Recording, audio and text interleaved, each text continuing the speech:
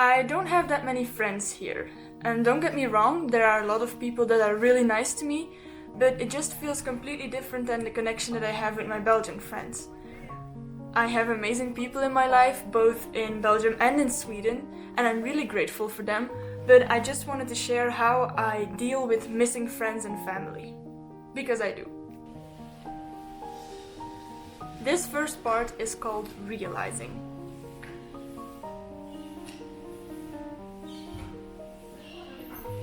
Now, to be totally honest with you, I didn't really miss anything or anyone in the beginning of living here, and I don't say this to be rude or careless to my friends and family, not at all, but it's just the truth, and I'll explain why.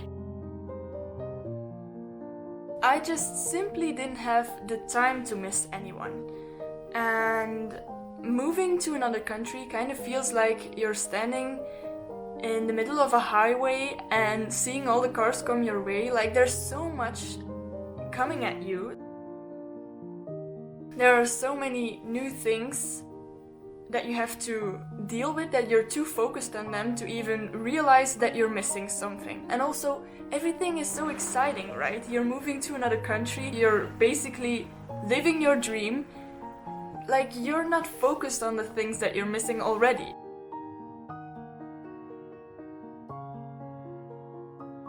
In this whole hectic journey of moving, my first goal was to make some friends. That was really important to me. Well, actually, my first goal was to learn Swedish because it became quite clear that that was necessary for making friends. And that was quite a challenge. Trying to make friends as an outsider when it comes to culture, language, habits, all that kind of stuff, always made me feel like an intruder. And I'm not asking for pity here. Like, I know, both now and back then, that this is all part of the process, but that doesn't mean I didn't struggle with it. So I gave it time and refused to let myself think that I was missing something.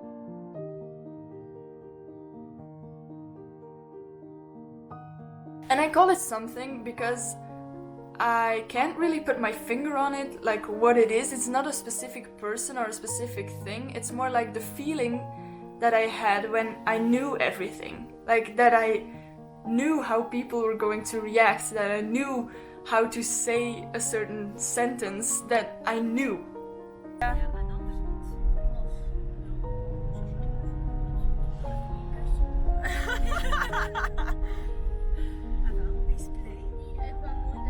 But I never had the urge to move back, because I love it here, right? And I was just going to have to deal with it. So yes, that's what I'm doing.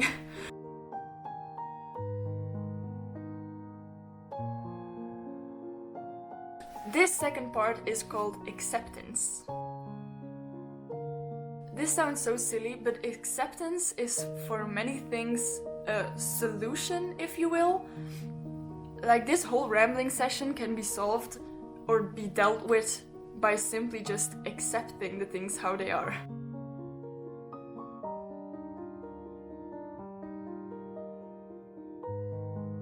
I said to myself after going back to Belgium for the first time since moving that I was indeed missing something. And just by saying that to myself and being honest, made it easier to accept that it will most likely always be this way.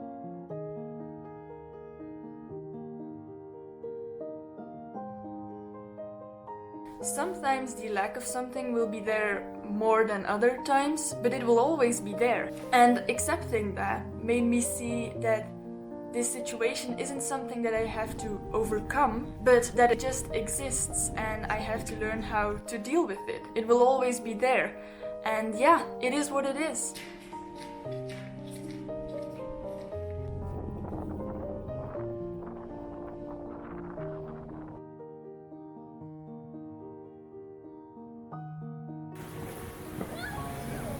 The third and last part is called practical solutions.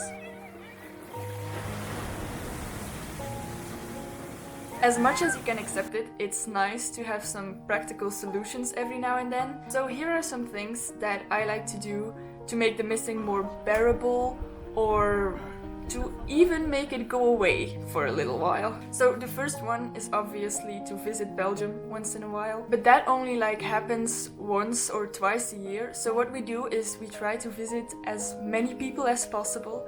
It's extremely exhausting, like we're dead by the end of it, but that way we know that we get the most out of it.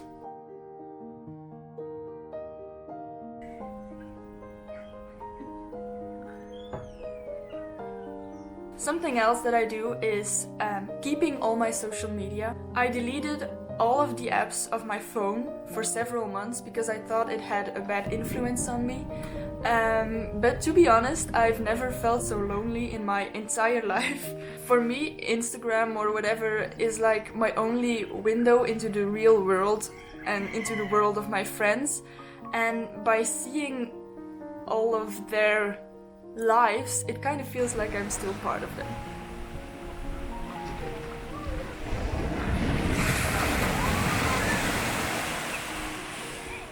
I force myself to be social, both in real life and on my phone. Even if I think it's silly or I'll bother someone, just sending one message, smiling to the girl on the bus, commenting on a picture on Instagram, it can open a whole conversation, and it just feels so nice to know how the person is doing and to be social. It's good for both of you.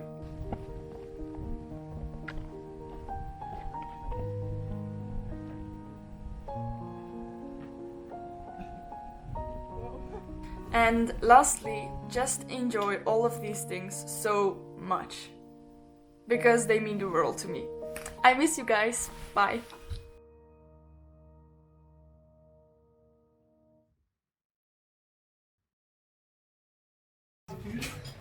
We zijn ver aan het komen. Ja.